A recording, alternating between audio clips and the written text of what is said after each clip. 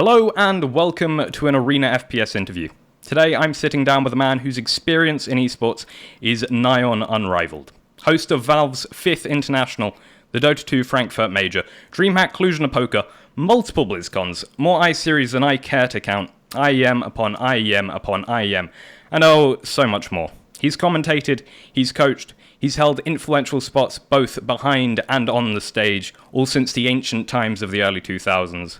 A veritable esports broadcasting legend, it is with great honour and pleasure that I present to you Paul ReDeYe Chaloner. How are you doing today, Paul? I'm very good. I'm very flattered as well. It's a very nice introduction. Thank you. Thank you. Well, very humbling. And we got the easiest question out of the way first. Always good. So, in this interview, we're going to be shedding light on just about every metaphorical corner of arena first-person shooters. The games, the players, and the future. But before all that, I think it prudent to delve into your personal history, to better contextualise the thoughts you'll be giving shortly and familiarise those somehow unaware of your career, though I don't think there's many listening that aren't aware. So, let's start right at the beginning. How did you first become involved in Arena FPS? I guess the straightforward answer is Doom. I was working at, I think it was American Express at the time, in an office, and American Express were quite forward-thinking. I think they'd already decided they were going down the PC route when everyone else was sort of going, what are these 286 things? What are they? American Express being an American company, obviously, were very advanced. And I remember them getting a truckload delivery of PCs, and we were all very excited we could use Lotus 123. Which was, what we used to use back in the day, boys and girls, before XL became a thing. And one of the things that it could also do was potentially play these new 3D games, one of which was the original Wolfenstein, which I dabbled in a little bit, but didn't really get involved in it too much. I was like, shooting zombies, whatever.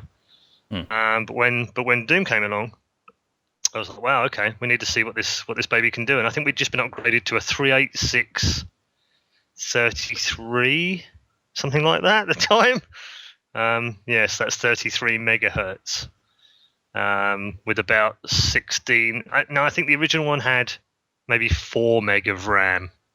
Yes, 4 meg, not 4 gig, 4 meg of RAM, and 50 meg hard drive. I think that was the first one in the office that was able to play things like Doom. And I remember some early other games like Dune. And what have you, but really, I think that my biggest introduction to it was with Quake. Okay.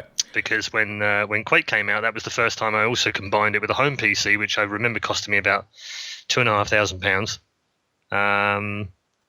It was a super expensive computer. Had a 4-speed CD-ROM on it. That was cutting edge back in the day. Yeah. And I also had a 28k modem on board, which allowed me to go and surf the internet at very expensive rates. And obviously then, well, what do you do once you've got the internet, PC and Quake on your PC, but play Quake World? Well, still the same way today for a lot of people. Well, maybe not a lot, but certainly my friends. I would hope not.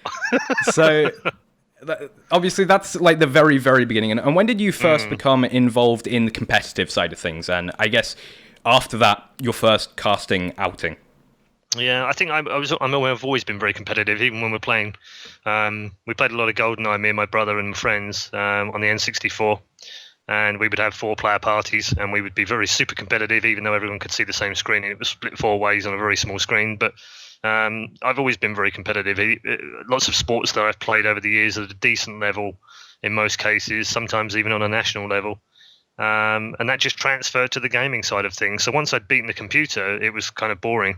Video games were boring after I'd beaten the computer. If it was in the early days on the Spectrum or the Dragon or the Commodore 64. So the online part really appealed to me because there's an endless stream of wannabes that think they're better than you, and that you think you're better than them, which is great. And you can't really predict what the human sides are going to do compared to the computer. So I think the first time I really sort of competed in any organised tournament would have been about 98, 99. I can't be specific, but around that time, it's sort of Barry's World, Jolt League. So for anyone around about that time in Europe, you'll have heard of Barry's World and Jolt League for sure. And then the first LAN I went to was a LAN in a It would have been not a house centre, like a village hall in Shrivenham. which is a tiny village in the middle of nowhere in England. And there were 45 people at this LAN, including me and my 4 mates that played Unreal Tournament, which we formed a clan in, I think, 99 or 2000. And that would have been 2000. So I guess you could say my early days of esports were around about 98, 99. Okay, and so how did that turn from playing to casting? When did you first cast?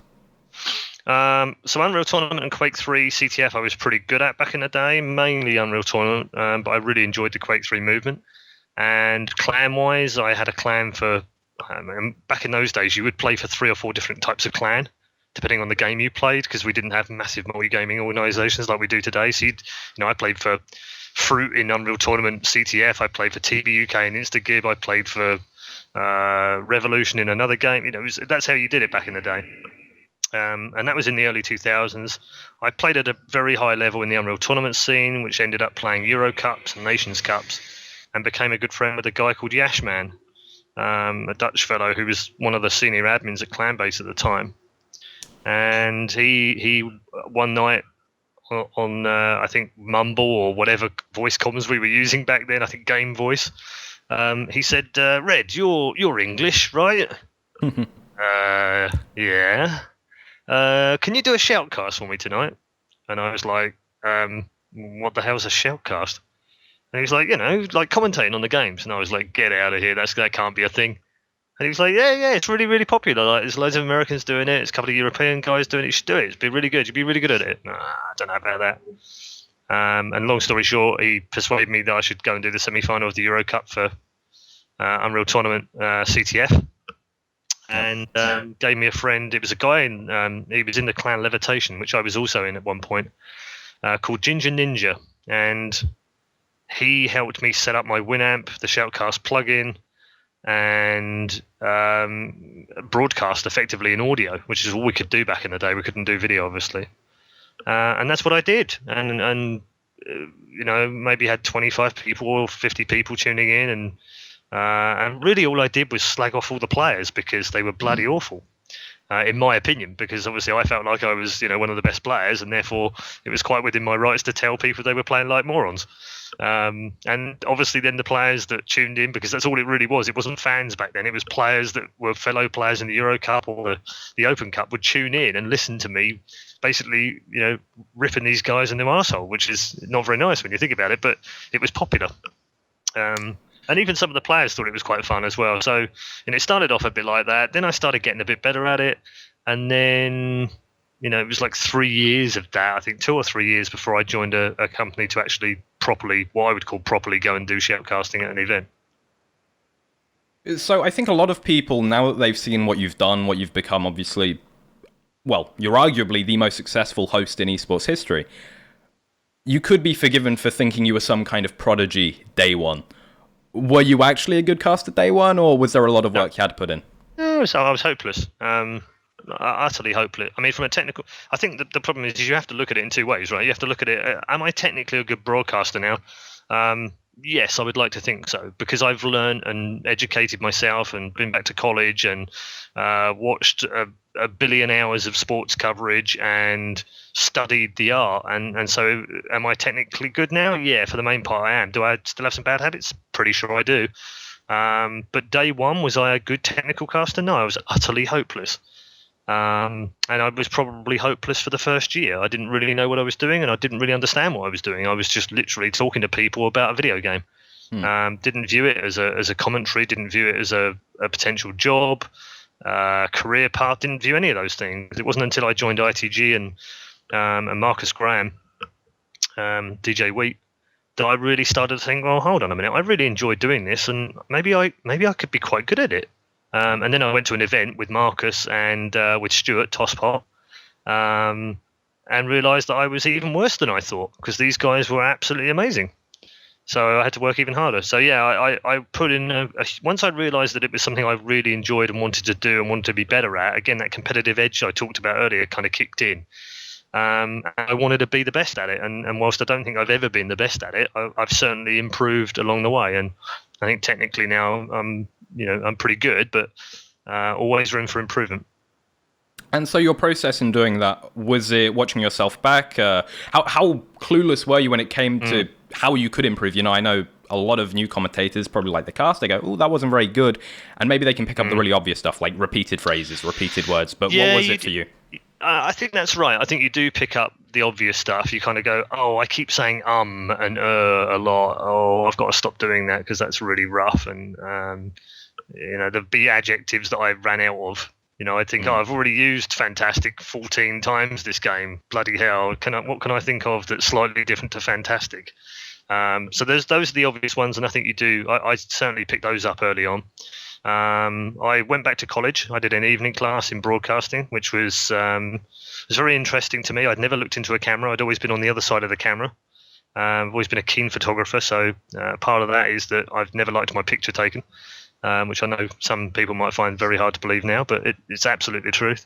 So I'd never really, for instance, when I first went to my first big event, they sat down and put me in front of a camera, and we were going out live on camera. It's the first time I'd ever gone out on camera, and I thought, holy shit, I don't even know where to look.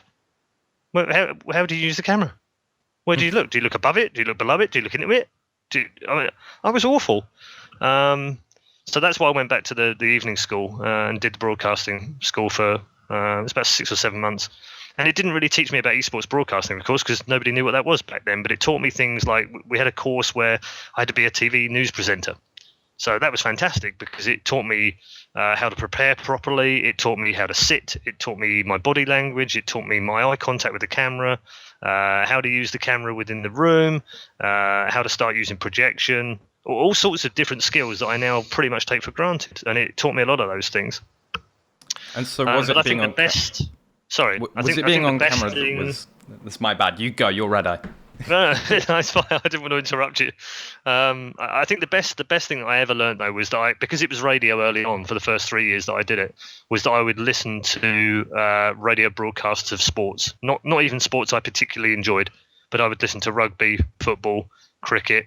All sorts of different, even baseball and NFL and in America, just because I wanted to understand the difference and how they made you almost inside the game without having too much of a pun. But they really did make you feel like you were there and you could visualize what they were talking about. And that's pretty much what I had to try and get across to our viewers early on, because they weren't viewers, they were listeners.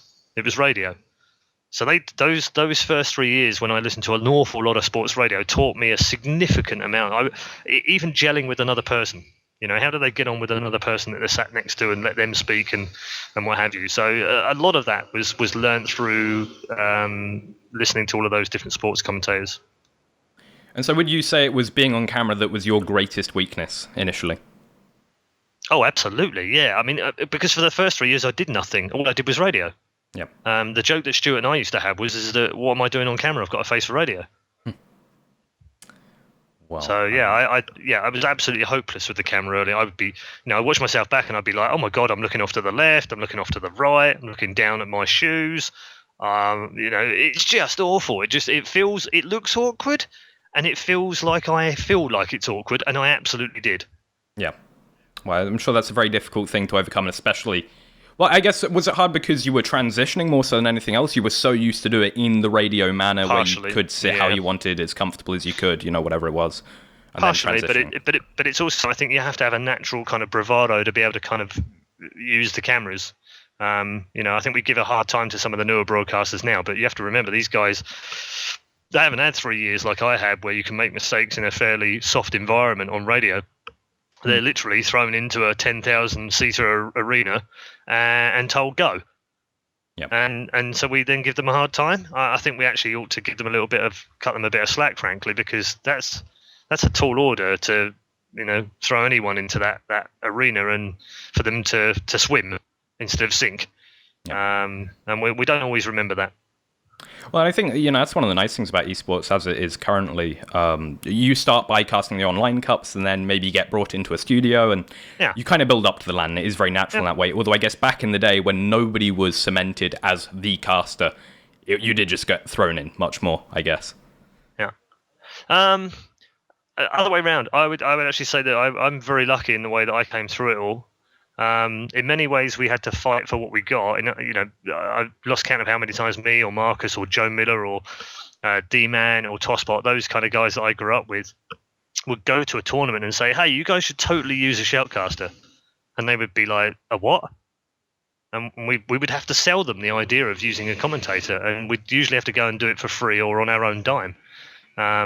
And so in many ways, that was the Wild West. And these days, it's sort of, if a tournament suddenly announced tomorrow, right, we're going to run the International 6 this year, and we're not going to have any commentators or hosts there would be absolute outroar in the Dota community. And in esports, frankly, across the board, would be just like, what are you doing, Valve? Why would you do such a stupid thing? It's taken for granted now. But 10 years ago, we were fighting to persuade these guys that that's something they should have from us. And so, it's a very different kind of ball game back then. But we also had the ability where we could learn a lot as we went along. I think for maybe the first 5 or 6 years, I got away with an awful lot that I would never have got away with had I been fresh to it now. Well, are you talking about the Shanghai Major just there? No broadcasting talent. I don't know. It sounds quite familiar. I think it would be a bit nutty of me as a new commentator to pass up on the opportunity in a very, sneaky, indirect manner to basically ask for some tips. But let's do it in a very kind of general way. Every game has its dynamic in terms of casting. As a layman, Counter-Strike to me seems to have very rigid play-by-play and analyst roles. And of course, there are some duos that doesn't fit to, but I would say for the most part it does. Dota 2, very similar, where you have people who've made careers out of just having very big lungs, like Toby one, and then of course they're mixed in with cold, analytical, very concise people like Synderin. StarCraft 2 is a bit different. It's a bit more mixed. It's more conversational, I find, because there's less to hype up. How would you characterize Arena FPS casting? And, what was the biggest challenge, the greatest joys, the pros and cons of it?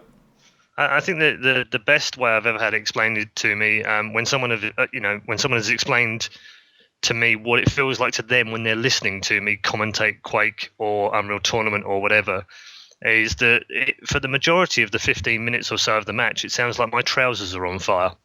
And I think that's the best analogy I can give you, really, about FPS. It really is just gung-ho. There's very little time in 1v1 particularly. It can be a bit more strategic and a bit tactical, sure. But most of the time, it is just 100 miles an hour. So I feel like the commentary needs to move like that as well. It's about the ebb and flow of the game, right?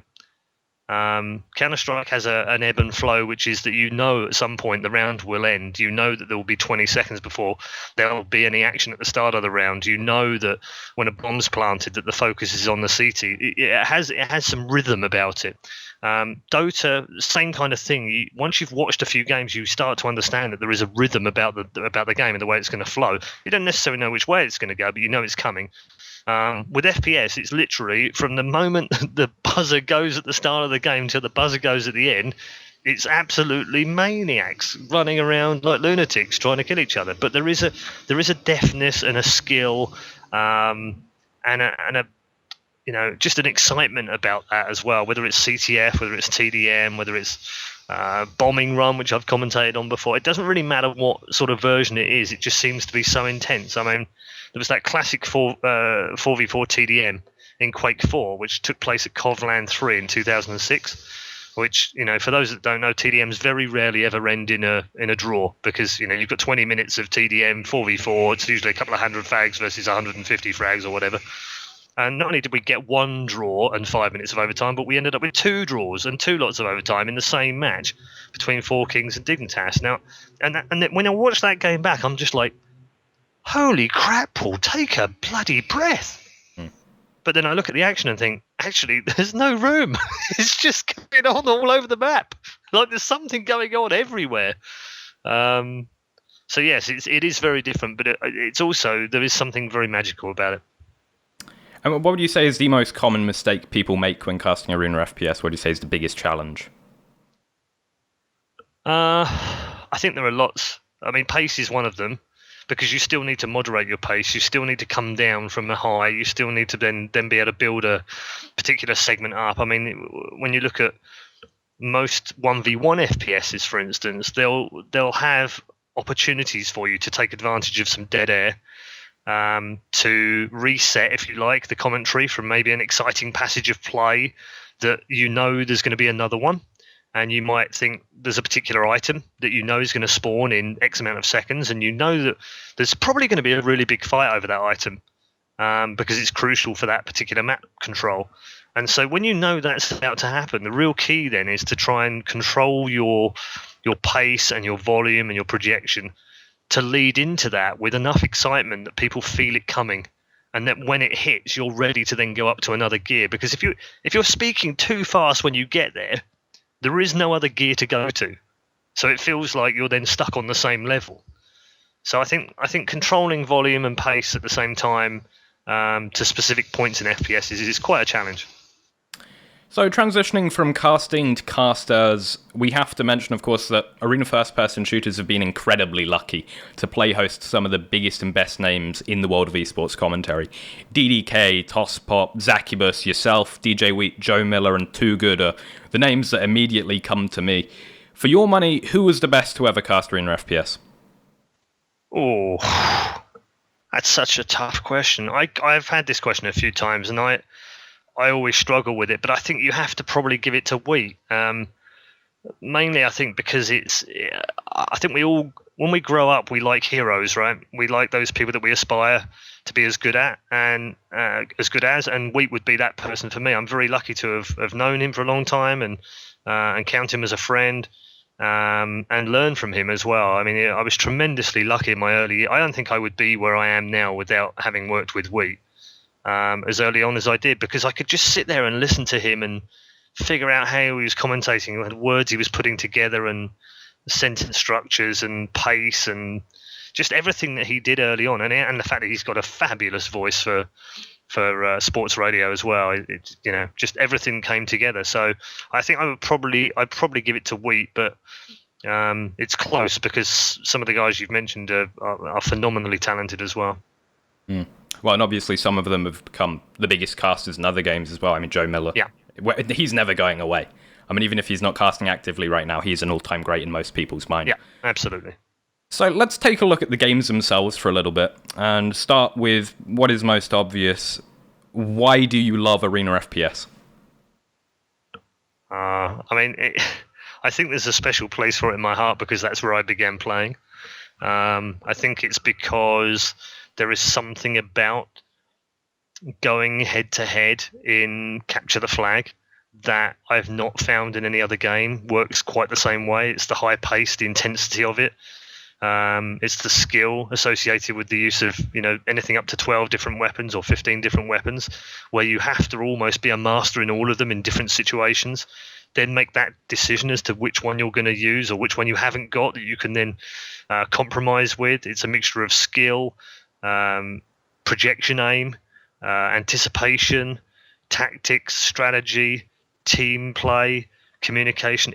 There are so many aspects to it that I'm not entirely sure that those things exist in other games. I'm sure that some of those things do, and they absolutely do, but I'm not sure all of them combine to give me the sense of what I felt when I first started playing Arena FPS games. Whether that be on the N64 or on the PC, it doesn't really matter to me. It's that feeling of being challenged, and that no two situations are ever the same that you'll find yourself in. They'll feel similar, but they won't be the same. So it's a constant. I think the best way of putting it is this, right? Really, really easy to get into, absolutely impossible to master. So it is that multifaceted nature that grabs you, and honestly, I think that's what grabs me, and it grabs a lot of people I know. Let's talk about something which we're in a very unique position to talk about because, well, the games aren't as active as they were, and it's interesting to see that as a good thing, but in this case it certainly is. You've played UT, you've played Quake, and I'd imagine you've played just about every entry in either series. Now, with the dust settled, able to reflect back completely and totally on everything, without the fear of fanboy wars coming from whatever you say, which side of the trench do you think you lie on today? How do you mean? So UT or Quake? Which I would say UT for me, mainly because it was the first really competitive game that I was very good at a high level. Quake is special for different reasons because of the people, the players, and the fact it was my first PC FPS game that I played online. because of QuakeCon, because the experiences that I had at QuakeCon over several years were just some of my favourite times in the early days of the Wild West of esports. But if you're talking pure gameplay, weapons, the maps, the style, the storyline behind it, even, I would have to say Unreal Tournament. Okay, well, that's quite interesting to me, because obviously you've probably spent more time with Quake, it being the more successful esport, I guess. Yes, I would say I've commentated on much more Quake than Unreal Tournament, even though the first probably 18 months that I did commentary was almost entirely Unreal Tournament 2003 and Unreal Tournament Original. Okay. Well, I think for any interview, you should try to avoid the devolving into quick fire question kind of trivia style thing where it's just, what's your favourite this? What's your favourite that? But given that it's such a rarity to get someone of your stature talking about Arena FPS exclusively, perhaps that rule of thumb needs to be just put to bed for a second and indulge ourselves, including mods like Quake 3 CPMA and, well, I guess the other one would be Q4 Max. What is your favourite version of Quake? I was going to say CPMA straight away, because the movement was just ludicrous. And again, it appeals to that kind of hardcore, easy to start with, but actually really difficult to master. When you see someone like Sander Kasiega, aka Vu, running around on maps flawlessly, not the way I would run around, where I'd bounce around and strafe jump all over the place thinking, hey, I'm pretty good at this. Oh, whoops, there's a wall. Oh, I'm pretty good at it. Oh, and there's another fall. Oh, I'm pretty good at this. Oh, damn, I've fallen into lava. This guy could go, it just seemed like he had a fluid movement around every single map. It was unbelievable. And then you combine that difficulty of movement and speed with a flick rail shot. There wasn't really much better vision for me than watching someone as highly skilled as Vu do that. And it's beautiful because in the most active Arena FPS, well, we're involved in Arena FPS, God, that name sucks, is Reflex. And Vu still plays, and he's still the best. And it's brilliant, so many years on, he's been to the US, he's been to Europe, he's doing his own thing in life, but still, there's that one theme that runs through all of it. Yeah. And I think I want to pose to you the same question, but of course for Unreal Tournament. Yes. Difficult. I mean, I played all of the different versions. In the original game, I think I even played some clan matches in Original Domination, which I really loved. I played TDM, I played CTF, I played 1v1, I played Insta TDM, I played Insta CTF. And the same in Unreal Tournament 3, I even played some Bombing Run. Didn't play a huge amount of Assault in the original. What else did I play? Conquest, obviously, in Unreal Tournament 2003, which sucked. Purely a personal thing, but it just sucked for me. I mean, I would have to probably go with ICTF purely because I'm an aimer. I have good aim. Watch me play some overplay. It's all about aim. I'm useless when it comes to figuring out stuff and projecting and rocket jumps and whatever. For me, it's always been about the sniper, a railgun, or a bow and arrow. And so Instagib was like manna from heaven for me. It was really easy. And I don't want to make it sound cocky, but it really was very easy for me transitioning away from what we used to call normal weapons to Instagib. And then, of course, the CTF maps were just the same as the CTF maps I'd used before. So rather than having a rocket launcher or a sniper rifle, I literally just had an Instagib gun and insta-kill. So I had a lot of success in Instagib and played at as high as you can play within that game at that level. So I would go with that. Okay. Now, obviously, you've seen just about everything in Arena FPS, and as such, you've seen players come and go. From young ages, challengers, arrogant, cocky kids becoming what could be the greatest of all time, and very recently, sadly, you've seen one of those young kids busted for drugs. I mean, really the whole gamut. Incredible aimers, brilliant tacticians, everything in between. After all of it, who are the players that most stick out and have imprinted themselves onto you? I think in Unreal Tournament, it's probably Lauki, closely followed by Wins and Falcon. I think they were the three that I really enjoyed watching most, and also in later years became good friends with. I think I would also put Zolg in there, who played for a clan in the early 2000s called Foos, which I was lucky enough to play against in some of the clan-based cups and get absolutely royally owned by. They also had a very famous UT Frag movie, which I think was literally just called the Foos movie. Go and check it out; it's probably out there somewhere. Which was the first time we'd ever seen anyone really do proper video production on a movie for Unreal Tournament. I think there'd been a few Quake movies before that, but Zolg was a bit of a hero for me in CTF. And I later actually got to meet him in real life at ESWC in 2005, so that was a real joy for me. Quake-wise, much harder, but I would always go with Cooler. From brash, young, arrogant arsehole, all the way to probably one of the kindest men I'd actually met in real life when I organised a tournament for Quake in 2006. He was the only player that came up to me after the whole event had been finished, where I'd spent weeks and months putting it together, putting a 20 grand prize fund together, working with sponsors, getting PCs, organising an event venue. I'd really worked my socks off to produce this event. And he was the only player that came up to me at the very end of the event, even after he got knocked out, and came up to me and said, "Thank you very much for doing this. I'm very, very happy with everything, and you did a great job."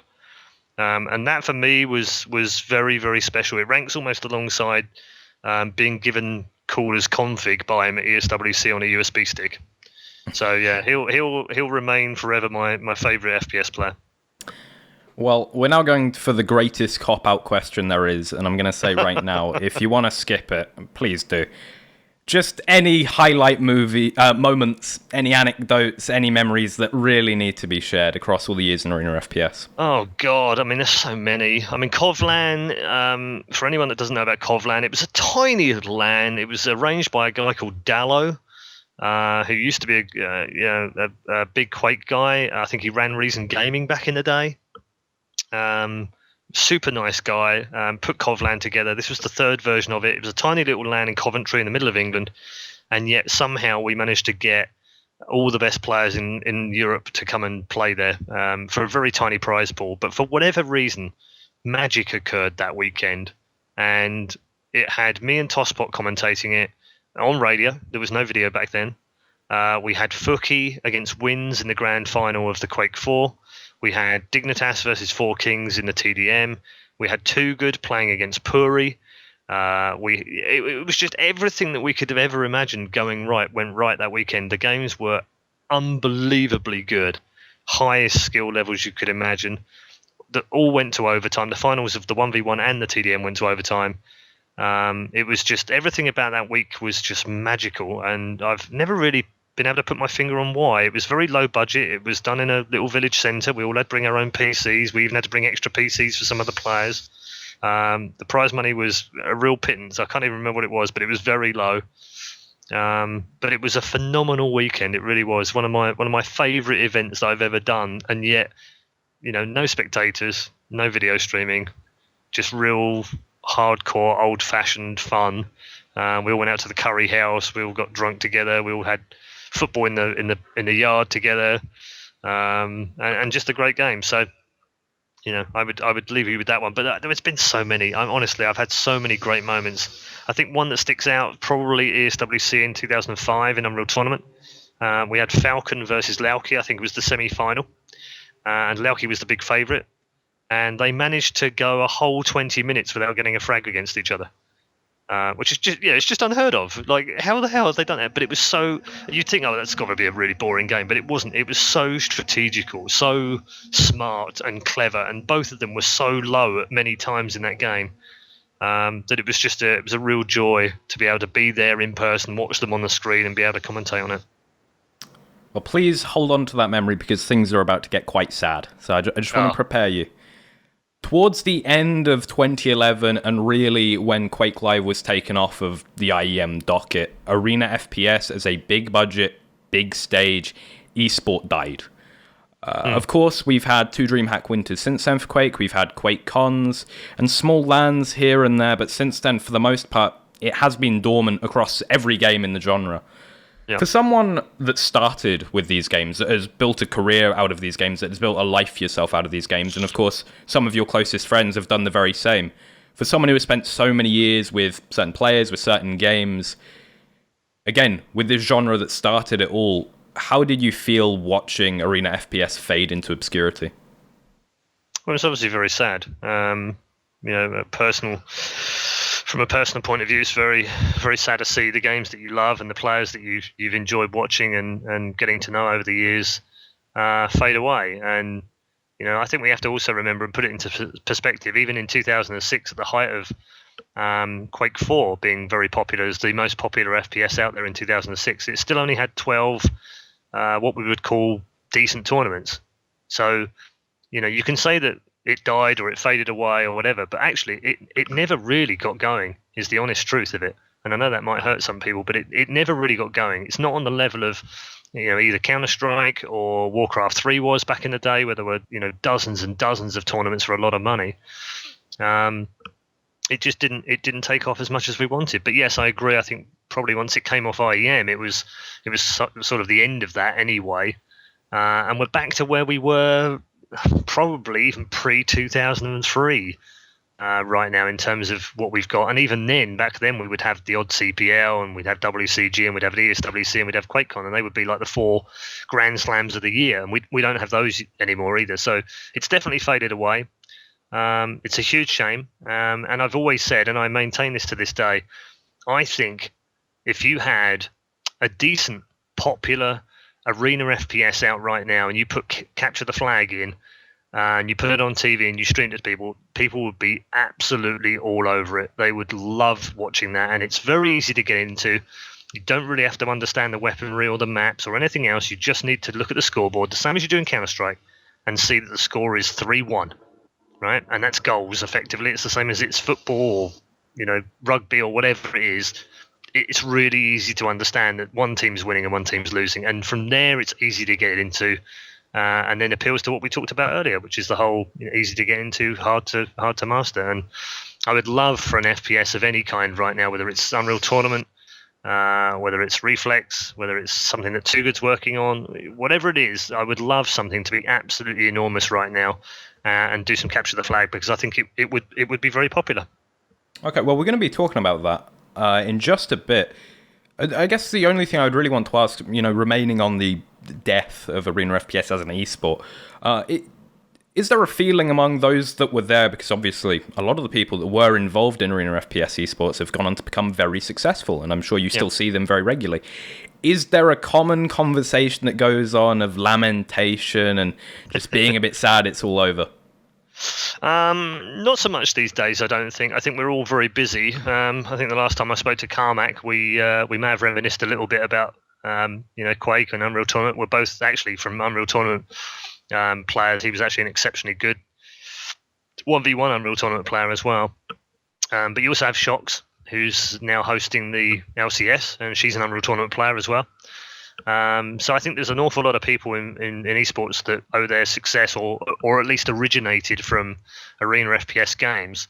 And inevitably we still do talk about them. I think I actually have a DM from Shocks, which is less than 2 weeks old. I'll read it to you. She says, I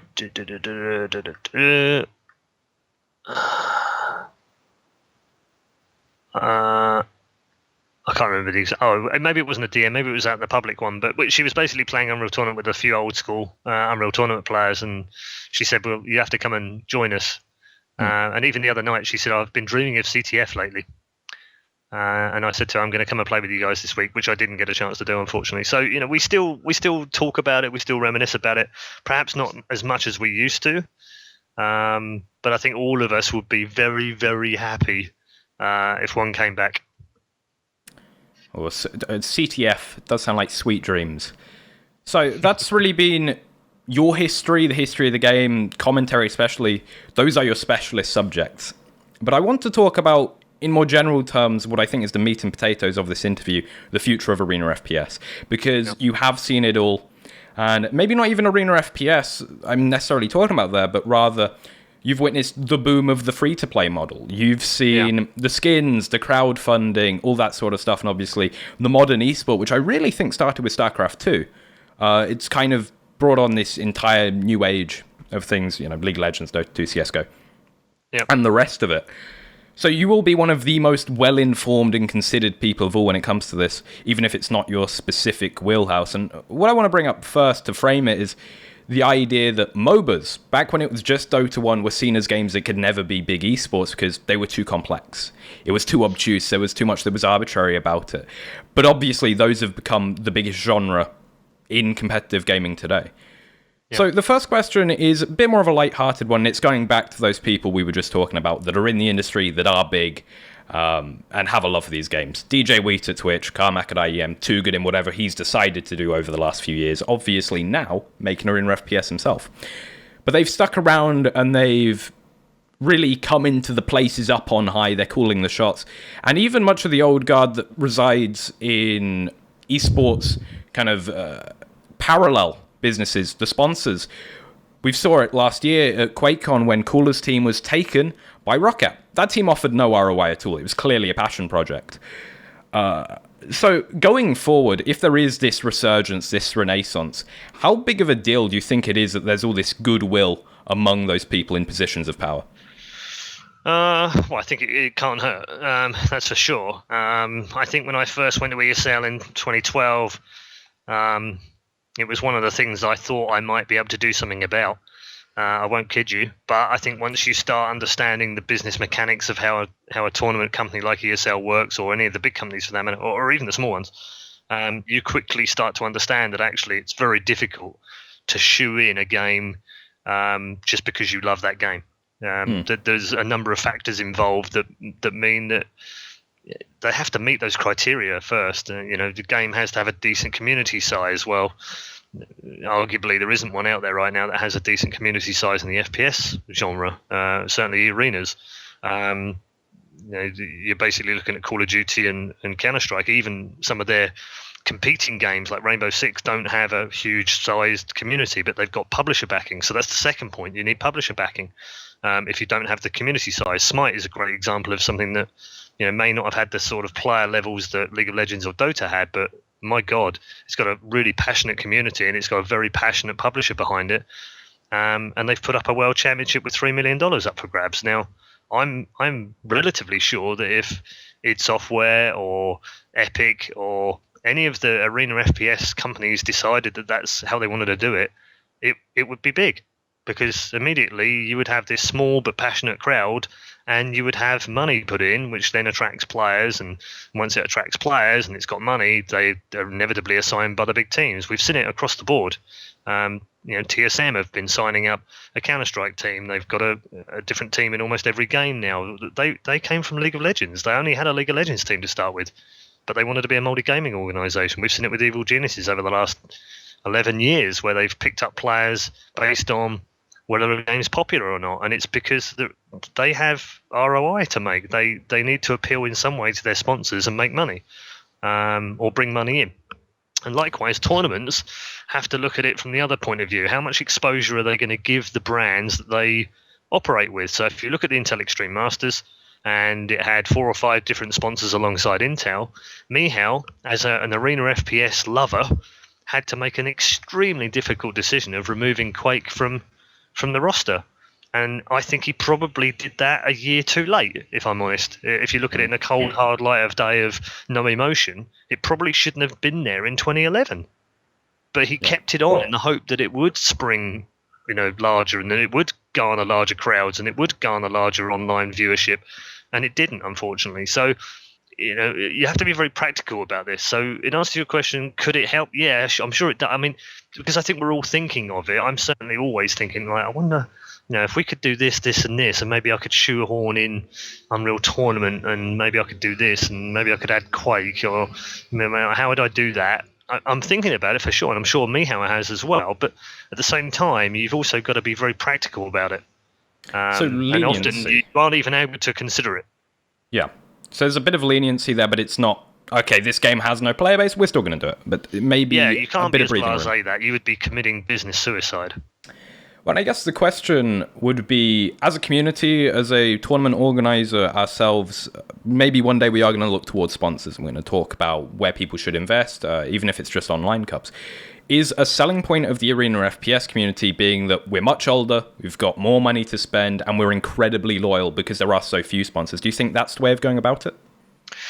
I think they're all positives. I think if you look at the wargaming success over the last 2 or 3 years with World of Tanks. It's not a particularly popular game with Arena FPS players, I'm sure, but at the same time, there are some parallels there in that their average age of a player is actually over 30, and it's predominantly male, and they spend more money in the game than any other player does in any other game online. So I think there is something to be said about a more mature, older audience, but it still needs to be substantial. World of Tanks has somewhere in the region of 70 million players worldwide, so we're still talking about millions and millions of players. If you look at the LCS or League of Legends, that has reportedly over 50 million active players, okay? But it still only gets, paraphrase this, it only gets 300,000 watching on a regular basis. More for the big finals, of course, but 300,000 on a regular basis. Now, that's a lot of people, sure.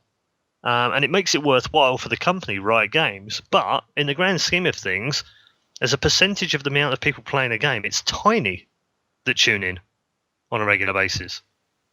But as a juxtapose to that, you've got Counter-Strike, which has far less players playing it, and actually has more people tuning in than play the game.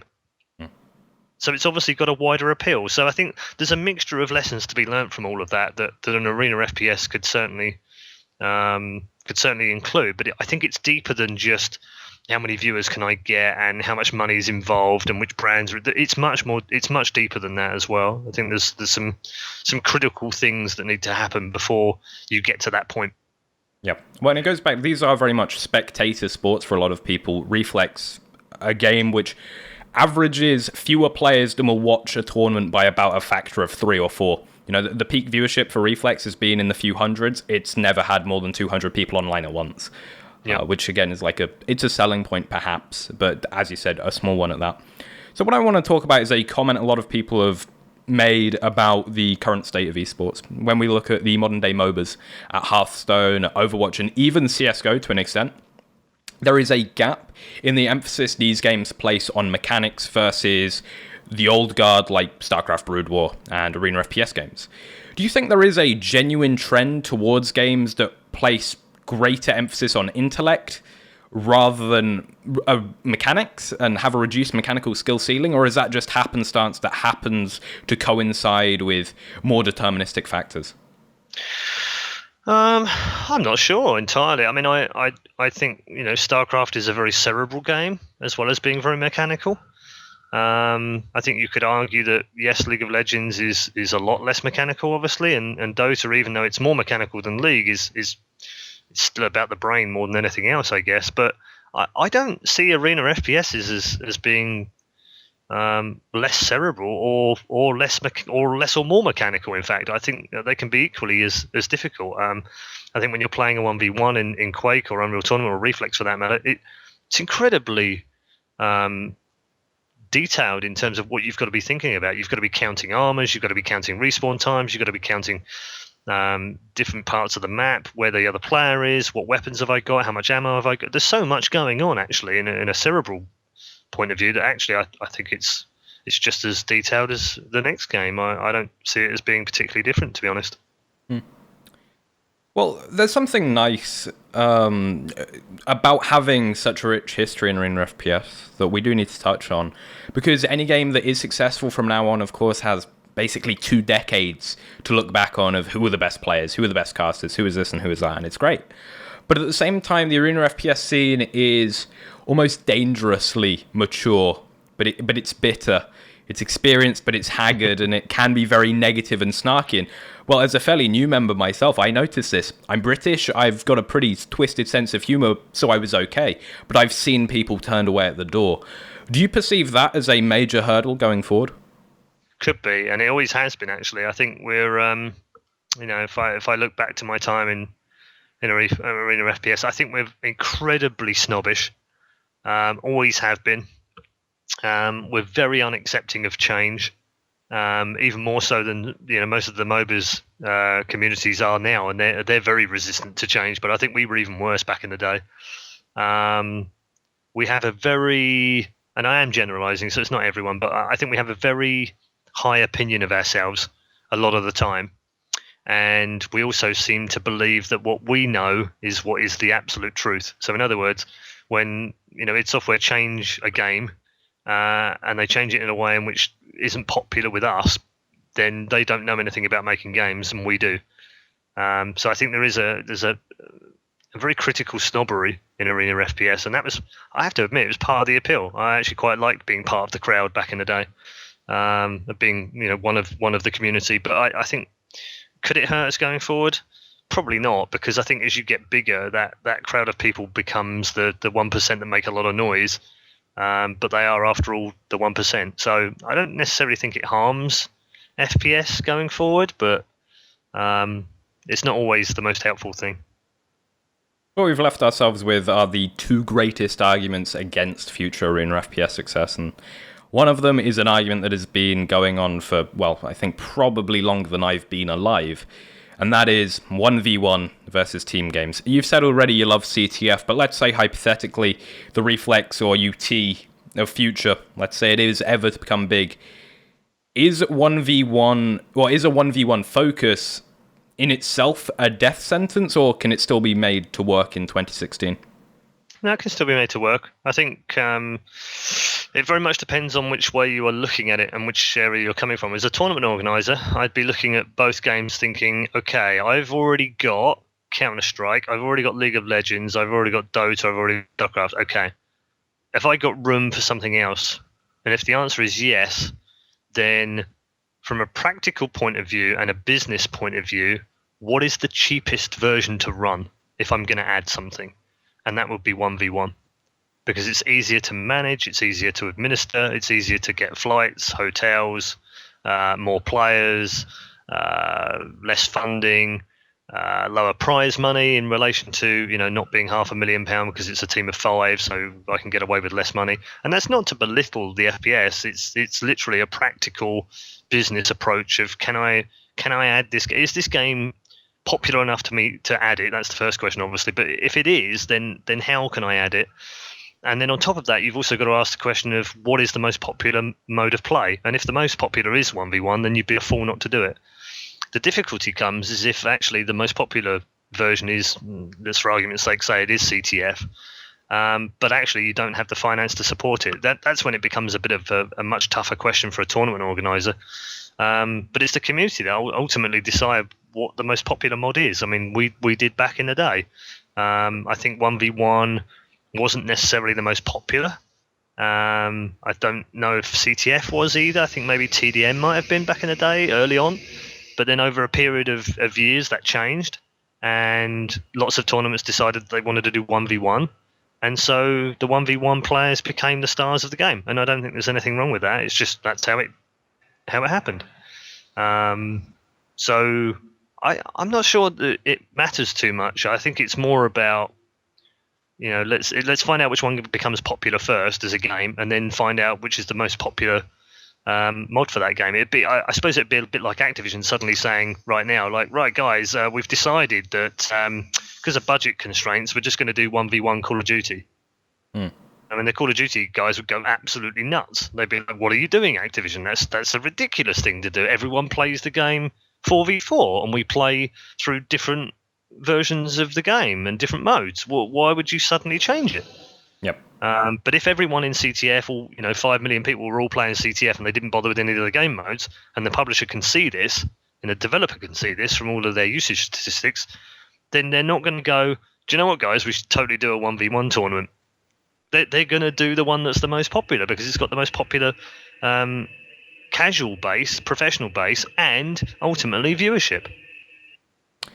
Do you not see an issue with what's left of the community today very much being 1v1 centric because there's more competition in team games? When it comes to big 1v1 esports right now, or just big 1v1 competitive games, you really have fighting games, which are very different in their own right, and the Smash games in there with them. And then you've got StarCraft and Hearthstone. Hearthstone, I think, gets a free pass because it's just so casual. And StarCraft 2 has, for the last 5 years, become smaller and smaller, and it has dwindled. Yeah. Is there not something from a community growth aspect that is made very difficult by 1v1? No, I think it's circumstance more than anything else, and a mixture of different outside influences. I don't think it's necessarily to do with the game mode. I think when you look at StarCraft, there have been several attempts to make it a team game. Pro League still operates in a team game basis, but it's not a true team game, as in 5 players are sitting in the same map, all playing different units and what have you. It's still 1v1, but just 5 different matches between 5 1v1 players. The closest I think we've seen is Red Bull doing the 2v2 Archon stuff. The Archon mode came out in the second installation of StarCraft 2, and we've seen a little bit of that, but it never took off. It's not become the de facto version of StarCraft being used in GSL or any of the biggest leagues like WCS. So I think it's circumstance and some outside influences. I don't necessarily think that 1v1 by its very nature is flawed in some way that prevents it becoming big. Okay. Well, that really leaves us with the biggest talking point of all when it comes to the future of these games. And that is essentially developer support. In the year 2016, we have League of Legends, Dota 2, StarCraft 2, CSGO, Heroes of the Storm, Smite, Hearthstone, and even the fighting games now with Killer Instinct getting $50,000 tournaments all over the shop, Smash 4 from Nintendo getting money, who thought you'd hear that? And Mortal Kombat X, of course, being a very big deal in the American ESL studio with hundreds of thousands of dollars every year. Yep. Really, of the big games, it is exclusively Smash Bros. Melee, which doesn't have developer support, and that is such a unique game that I don't even think it bears thinking about. Yeah. So, we've got developer support in terms of tournament prize money. Or, in the case of Dota 2 especially, the facilitation of crowdfunding, which is huge. But we're also seeing skins. We're seeing just a ridiculous amount of content on such a regular basis. And it's just very hard to keep up with this. They are well-oiled machines that have created games as packages and services more so than the traditional understanding of what a game is. Really, there hasn't been a game in such a long time that has grown organically like Quake did, like UT did, like even Counter-Strike 1.6 did, of course. None of those games grew in a normal way. None of the new games have grown in a normal way, rather. So is it possible, in this vicious, ruthless, and predatory competition, possible for an indie game, never mind an indie Arena FPS game, to organically grow in that same way that the games of yore did? Not in the same way. No, I think the closest we've had recently has probably been Rocket League. Super casual at the bottom end, great fun to play, really easy to get into, difficult to master. Originally started off with some small Go4 Cups on ESL, Gfinity running some tournaments on Sunday evenings, MLG running competitions as well. And gradually and slowly but surely it's been building up. And now I think that the developers are now looking at that and thinking about how they can support it in a more structured way. So that's the closest I would say. But I'm not entirely convinced that the old way of doing it traditionally, the way we understood it back in the early 2000s of growing organically, can ever happen again. But there has to be an element of that to start with. The game has to either sell a lot or be downloaded a lot. And I think we've seen that there's a number of things you can do that can enable your game to be esports friendly and esports successful. The first thing is it has to be free to play. So that's a really difficult challenge for some developers, because how do they get the funding? How do they get the money behind them to start that off? They're effectively looking at the first 2 to 3 years of development time, build, beta testing, and what have you, before they've even got a chance to then release the game, let alone make any money. So then when they release it, normally what happens with games is that a large influx of cash comes in and pays for all of that stuff. And when you've got free to play, there is no potential for that to happen. So the next part that needs to happen is that there needs to be some sort of in-game purchasing system, but it can't be pay to win, because we already know that doesn't help you in an esports level. So you have to look at the model that Dota, for instance, had early on. So that was free to play. It's got skins in. TF2 is very similar as well. You could use that as a good example of early skin adoption. And so that's the route you've got to go. So first thing is free to play. Second thing is you've got to develop a skin system which enables you to earn money from it. Once you've done that and your game is starting to become popular, then you need to be able to provide some sort of grassroots level league system, which League of Legends did very well with their ranking system in game. Matchmaking does to a degree in Counter-Strike, but it's not great. From a laddering point of view, it's a ranking system, but it doesn't really put you in a league. So then it needs a ranking system. So that's the third thing. And then once you've got all of those three things and it's been downloaded millions of times and it's got a good player base and it's got some form of grassroots league structure and it's got skins to purchase and what have you, then you can start thinking about crowdfunding tournaments, because only then are you, as a developer, starting to make any money and breaking even, hopefully, and even actually making some profit. And then once you've got to that point, that's where organically it starts to kick off, because actually I'd argue that all of the games that are popular now still had that organic growth in them. They just had these three things to start with that actually helped them kick off. And that fourth thing is companies like Gfinity or ESL or MLG or DreamHack starting to then run online tournaments for low amounts of cash and seeing and testing the water with them effectively to see whether they are actually as popular as we think they are. And if they see the numbers like we did in Counter-Strike, then actually you start upping the prize money, and then you start taking them offline into studios. And then if that's too small, well, then you start taking them to small arenas, and then larger arenas, and then stadiums, and then world tours. So all of those things can happen after the developer has done the first three things, or like Riot Games, you can do all of that, and then you can say, right, actually, we're going to deal with all of it. We're going to do the whole lot. We're going to do all the broadcasting. We're going to do all the arena stuff. We're going to run the world championships. We're going to hire all the talent. We're going to do everything ourselves. But they didn't do that initially. I think it'd be very foolish of us if we just said, right, they just, they own the game, so they're doing everything. Well, they didn't to start with. ESL did it all in 2011, 2012. And even in 13, it was a hybrid model. It wasn't until 2014 that Riot actually did everything themselves. So I think there's an awful lot to happen first before we can get to a point. But imagine an FPS, an Arena FPS game had those first three things. Imagine it had free-to-play skin system that was, unique and actually worth buying some stuff, and it had crate drops or whatever. And then the third thing of, it actually has a ladder system within the game. If it has those three things, it has a really good shot of at least being successful. If it doesn't have those three things, it doesn't matter how good the game is, it's not going to succeed in esports. Well, you've now driven through what I consider to be the biggest factors when it comes to the future of Arena FPS, and that brings us to crunch time. Do you, in a practical sense, given what you know now of the scene, of the games in development, foresee a true Arena FPS resurgence in the near future, a return to the big stage, be it UT4, Reflex, or something else entirely? Not only can it happen, but do you believe it will happen? It can happen. I'm not entirely convinced it will happen. It has to have developer support if it's going to get off the ground. It has to be free to play. It has to have the skin system. And without those, it's just not going to compete alongside all of the other stuff that I can download. I mean, Toby One made a great point recently to me. One of the reasons that he got involved in Dota, and he's an old school Counter-Strike, Unreal Tournament, Quake player. One of the reasons he got into Dota was because when he wanted to go and download a new game and play it, he didn't have a credit card, and he didn't want to ask his mum for a credit card, so instead, he went and looked for the free-to-plplay games because he could download it for nothing. And it's a great point. Where do we get our next players from? Back in the day, we would have people like Avec and Cypher, and they would be 14, 15-year-old prodigy kids who would be playing these games. But we don't have that now. But we need them.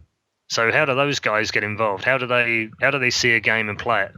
And the easiest way to do it right now is on one of the big platforms such as Steam or Origin or Battle.net, and being able to grab this game for absolutely nothing and play it for as long as they want until they absolutely adore it and love it and are bought into the game. And then when they're at the time that they want to spend money or they have to spend money or whatever, then they will. Well, I think that wraps things up. This is the time for any call-outs, shout-outs, or final words from yourself. Well, thanks for the interview. It's been nice to be able to talk about some old school stuff. Don't get a chance to do that very often. Not many people ask me questions about CTF or TDM anymore, that's for sure, so thank you. And just a big shout out to everyone that's contributed to esports and continues to contribute and making it such an amazing place to work. Well, it cannot be overstated just how thankful I am to have been given this opportunity to interview someone as well-versed and esteemed as yourself. And I'm assured many others out there, well, again, I use the word many, but those that still cling to this genre we love are just as grateful for your time. ReDeYe, you've been an absolute treat. Your insight and candor have lived up to expectations. I've been GMT, he's been ReDeYe, and this has been an Arena FPS interview. Until next time, goodbye.